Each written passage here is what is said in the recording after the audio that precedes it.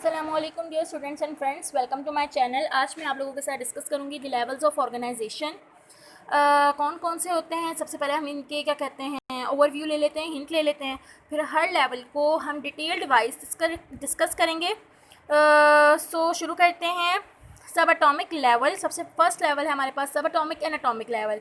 उसके बाद हमारे पास आता है जी मालिक्यूलर लेवल, यानी जिसमें मालिक्यूल्स बनेंगे, एटम्स की कम्बिनेशन से मालिक्यूल्स बनेंगे। उसके बाद ऑर्गेनेली लेवल आता है जिसके अंदर ऑर्गेनेलीज बनेंगे मालिक्यूल्स की कम्बिनेशन से। अब ऑर्गेनेलीज की कम्बिनेशन से सेल बनेंगे, सेल की कम्बिनेशन से टिश्यू, एंड टिश्यू की कम्बिनेशन से एक ऑर्गन्स बन जाएंगे डिफरेंट, ठीक है। और डिफरेंट ऑर्गन्स जब रिलेटेड अपने अपने फंक्शंस परफॉर्म करेंगे, कंप्लीट एक ऑर्गन सिस्टम बना देंगे। उसके बाद डिफरेंट ऑर्गन सिस्टम्स आपस में कंबाइन होकर कंप्लीट इंडिविजुअल बना देंगे। अब जब डिफरेंट इंडिविजुअल्स किसी सेम प्लेस पर सेम ही टाइम पर इकट्ठे होते हैं तो वो क्या बना देते हैं, एक पॉपुलेशन बना देते हैं। और पॉपुलेशन के बाद कम्युनिटी लेवल आता है, मतलब जिसमें कम्युनिटी बनती है जिसके अंदर डिफरेंट पॉपुलेशंस इन्वॉल्व होती हैं। उसके बाद हमारा लास्ट लेवल जो हमने डिस्कस करना है वो है बायोस्फीयर लेवल। बायोस्फीयर लेवल में बायोटिक और एबायोटिक दोनों कंपोनेंट्स इन्वॉल्व होते हैं। तो अब सबको डिटेल वाइज डिस्कस करना शुरू करते हैं। सबसे पहले है सब एटॉमिक एंड एटॉमिक लेवल। तो सबसे पहले हम पढ़ेंगे सब एटॉमिक पार्टिकल्स क्या होते हैं। These are basically electrons, protons and neutrons, ठीक है। अब ये जब तीन चीज़ें आपस में कंबाइन होती है तो हमारे पास एक एटम बनता है। अगर इसके स्ट्रक्चर में देखें तो इसके एटम के न्यूक्लियस में ये दो चीज़ें प्रेजेंट होती हैं, proton and neutron. And atom के शेल्स में या उसके ऑर्बिट्स में इलेक्ट्रॉन्स रिवॉल्व कर रहे होते हैं, इलेक्ट्रॉन्स प्रेजेंट होते हैं। एंड बेसिकली एटम क्या है, it is the smallest particle of element. अब हमारी नेचर में नेचुरली अकरिंग एलिमेंट्स जो हैं वो 92 हैं, जिसमें से जो 16 हैं उनको हम कहते हैं बायो एलिमेंट्स। अब उन 16 में से जो 10 होंगे, 10 थे, वो हमारी बॉडी का सिर्फ जस्ट 1% बना रहे हैं, और जो 6 हैं, रिमेनिंग 6 हैं, वो हमारी बॉडी का 99% बना रहे हैं। इतने इंपॉर्टेंट एलिमेंट्स हैं, ठीक है। अब कौन कौन से वो 6 एलिमेंट्स हैं हम देखते हैं। Oxygen, carbon, hydrogen, nitrogen, calcium and phosphorus. अब देख लें इनकी रेशियो भी दी हुई है 65, 18, 10, 3, 2 एंड 1%। अब जब इनको आप प्लस करेंगे तो हमारे पास कुल टोटल कितनी बनेगी, ये 99%। अदर जो 10 है वो कौन कौन से हैं जो कि 1% बना रहे हैं हमारी बॉडी का, वो है जी potassium, sulphur, chlorine, sodium, magnesium, iron, copper, manganese, zinc and iodine. ये हमारी बॉडी का जस्ट 1% बना रहे हैं। 99 एंड 1 इज इक्वल्स टू 100%, ठीक। नेक्स्ट लेवल पे चलते हैं जो कि है मॉलिक्यूलर लेवल, जिसमें क्या मॉलिक्यूल्स बनेंगे। मॉलिक्यूल्स कैसे बनेंगे, जो बायो एलिमेंट्स हमने पीछे डिस्कस किए हैं वो बहुत ज़्यादा कम ही होते हैं जो आइसोलेटेड फॉर्म में एग्जिस्ट करते हैं, मतलब तन्हा तन्हा एग्जिस्ट करेंगे। आम तौर पर यही होता है कि या वो बॉन्डिंग कर लेते हैं, कंबाइंड फॉर्म में होते हैं। बॉन्डिंग कैसे करेंगे, या तो कोवलेंट बॉन्डिंग करेंगे, या तो वो क्या करेंगे, आयनिक बॉन्डिंग करेंगे, और क्या बना देंगे, मॉलिक्यूल्स बना देंगे। अब 2 type, micro molecules and macro molecules. Micro molecules, micro means small, ठीक है। वो मॉलिक्यूल्स होंगे जिनका मॉलिक्यूलर वेट क्या होगा, बहुत ज़्यादा स्मॉल होगा, लो होगा। जैसे वाटर है H2O, इसका मॉलिक्यूलर वेट जब हम कैलकुलेट करते हैं it's just 18 AMU। And glucose है C6H12O6, मतलब बहुत कम आता है मॉलिक्यूलर वेट, कैलकुलेट कर सकते हैं आप लोग। उसके बाद है मैक्रो मॉलिक्यूल्स, मतलब लार्ज मॉलिक्यूलर वेट होगा, हाई मॉलिक्यूलर वेट होगा। कौन कौन से हैं हमारे पास, इसके एग्जांपल में स्टार्च एंड प्रोटीन। इनके फार्मूलाज भी बहुत ज़्यादा बड़े बड़े लंबे लंबे होते हैं, जिसकी वजह से इनका मॉलिक्यूलर वेट भी बहुत ज़्यादा होता है, ठीक है। सो ये था मॉलिक्यूलर लेवल। नेक्स्ट लेवल पे चलते हैं जो कि है हमारा ऑर्गेनेली एंड सेल लेवल। सबसे पहले बनती हैं जी ऑर्गेनेलीज। ऑर्गेनेलीज जैसे कि माइटोकॉन्ड्रिया, गोल्जी ऑपरेटस, राइबोसोम्स, ठीक है, न्यूक्लियस, ये डिफरेंट ऑर्गेनेलीज हैं। एंडोप्लाज्मिक रेटिकुलम, ये जब आपस में कंबाइन होती हैं फिर हमें एक सेल देती है, एक सेल बनता है फिर, ठीक है। अब क्या है जी, biomolecules combine to form organelles. अब ऑर्गेनेलीज जैसे कि अब एग्जांपल दी हुई है, आप कोई भी एग्जांपल एक आध दे दें। माइटोकॉन्ड्रिया है, उसका क्या फंक्शन है, साथ उसका फंक्शन भी बता दें। सेलुलर रिस्पायरेशन करती है माइटोकॉन्ड्रिया, ठीक है। उसके बाद जी राइबोसोम है, वो क्या करती है, प्रोटीन की सिंथेसिस करती है, ठीक है। इसी तरह हर ऑर्गेनेली का डिफरेंट फंक्शन होता है। इसका मतलब क्या हुआ कि काम सेम होती है, हर ऑर्गेनेली अपना अपना काम करती है। अब इस काम की तकसीम को आपकी बुक में वर्ड दिया हुआ है जी, division of labour. Division of labour होती है, मतलब हर ऑर्गेनेली को काम दिया हुआ है उसका अपना, हर ऑर्गेनेली का अपना काम है।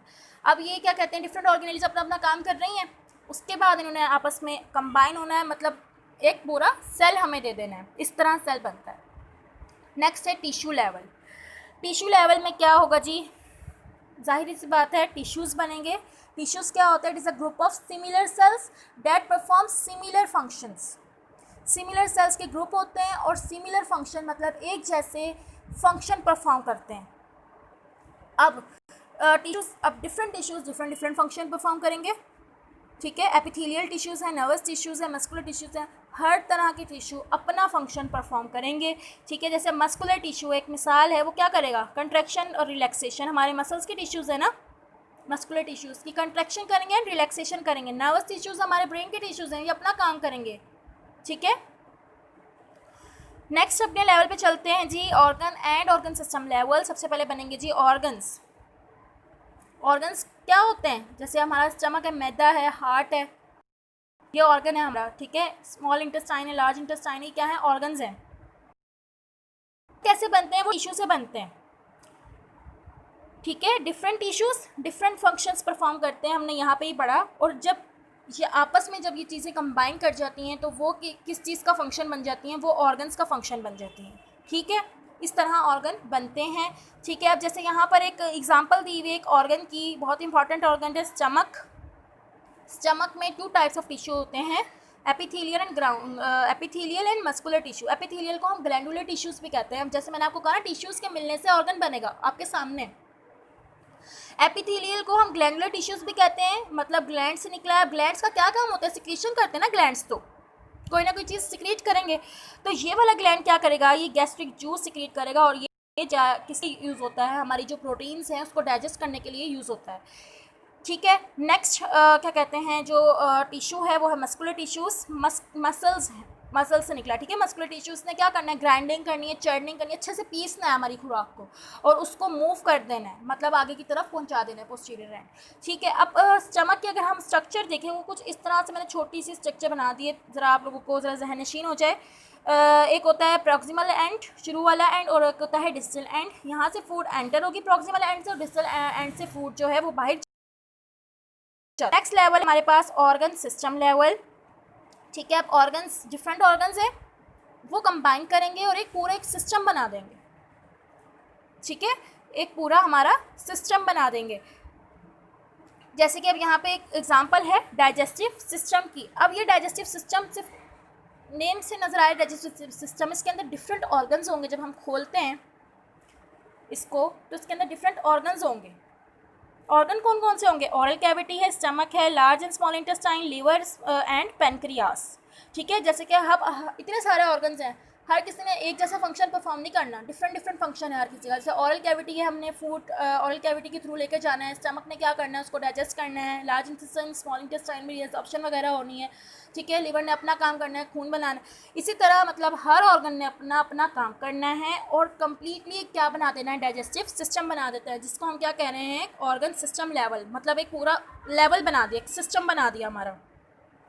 नेक्स्ट लेवल पे चलते हैं जो कि है इंडिविजुअल लेवल। अब इंडिविजुअल लेवल में क्या है, इंडिविजुअल एग्जिस्ट होता है, मतलब एक इंडिविजुअल बनता है complete. Different organs and organ system organised होते हैं और एक इंडिविजुअल बना देते हैं या कोई ऑर्गेनिज्म बना देते हैं, ठीक है। अब वो जो ऑर्गन्स होंगे या ऑर्गन सिस्टम होंगे वो अपना अपना फंक्शन परफॉर्म करेंगे। जैसे एक एग्जांपल दी हुई है कि जब कोई आदमी है, कोई एक्सरसाइज कर रहा है बहुत ज़्यादा, ठीक है। अब ये नहीं कहेंगे कि सिर्फ इसके मसल्स वर्क कर रहे हैं, ऐसा नहीं होता कि सिर्फ वो एक्सरसाइज कर रहा है, मैं बाज़ाहिर तो ये लग रहा है ना कि उसके सिर्फ मसल्स वर्क कर रहे हैं, ऐसा नहीं होता, बल्कि उसका रेट ऑफ रिस्पायरेशन भी इंक्रीज़ हो रहा होता है, उसकी हार्ट बीट भी इंक्रीज़ हो रही होती है, ठीक है। मतलब हर ऑर्गन सिस्टम अपना अपना फंक्शन उस टाइम भी परफॉर्म कर रहा होता है, ठीक है।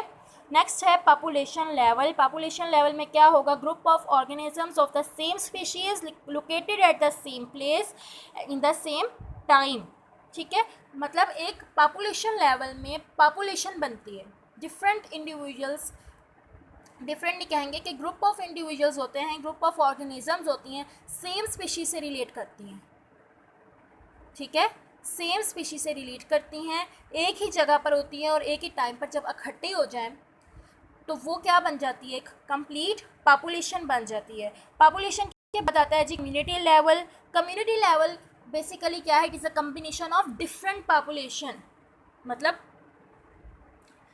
पॉपुलेशंस के कंबाइन करने से कम्युनिटी बन रही है। अब कम्युनिटी लेवल में जस्ट हम ना सिर्फ और सिर्फ बायोटिक फैक्टर्स को डिस्कस करते हैं, हम ए बायोटिक फैक्टर्स को डिस्कस नहीं करते। अब क्या होते हैं ये बायोटिक फैक्टर्स? वो होते हैं जैसे लिविंग फैक्टर्स हो हमारे, ए बायोटिक नॉन लिविंग फैक्टर्स होते हैं, ठीक है ना, जैसे लाइट वगैरह, ये नॉन लिविंग है, ठीक है। अब कम्युनिटी में तो जाहिर है हमने ए बायोटिक जस्ट बायोटिक करना है। मैंने क्या कहा है कि डिफरेंट पॉपुलेशंस इकट्ठी हो जाती हैं, आपस में इंटरेक्ट करती हैं इन्वायरमेंट में। अब इसकी जो एग्जांपल है आप फॉरेस्ट की ले लो, एक कोई फॉरेस्ट है वो भी एक कम्युनिटी है। अब उसके अंदर क्या क्या होगा, डिफरेंट पॉपुलेशंस होंगी। क्या कैसी पॉपुलेशंस होंगी भाई, हमें पता है एक फॉरेस्ट में क्या क्या है, प्लांट भी हैं, माइक्रो ऑर्गेनिजम्स भी हैं, एनिमल स्पीशीज़ भी हैं, सब है ना, डिफरेंट पॉपुलेशंस हो गई ना, एक ही जगह पे इकट्ठी हो गई।